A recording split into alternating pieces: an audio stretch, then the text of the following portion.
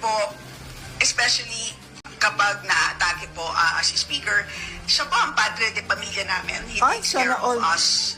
We need to also take care of him. So, dun din po kami. Ayun, lumabas na. Lumabas na ang totoo.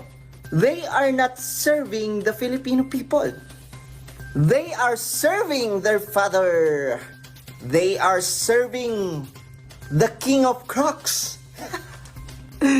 Bistado no? Grabe, sobrang nakakaawa itong Pilipinas. Kasi yung mga politiko, instead na mag-focus silang tulungan ang mga Pilipino, 'di ba? Saan sila nakapokus ngayon? 'Di ba? Saan yung kanilang energy? Sa pagprotekta sa kanilang ama na si Romualdez. Unbelievable talaga mga lords.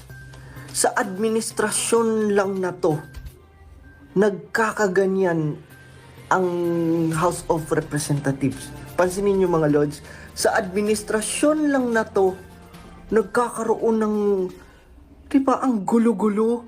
Hindi mo alam kung ano ba talaga ang mandato nila. Diba?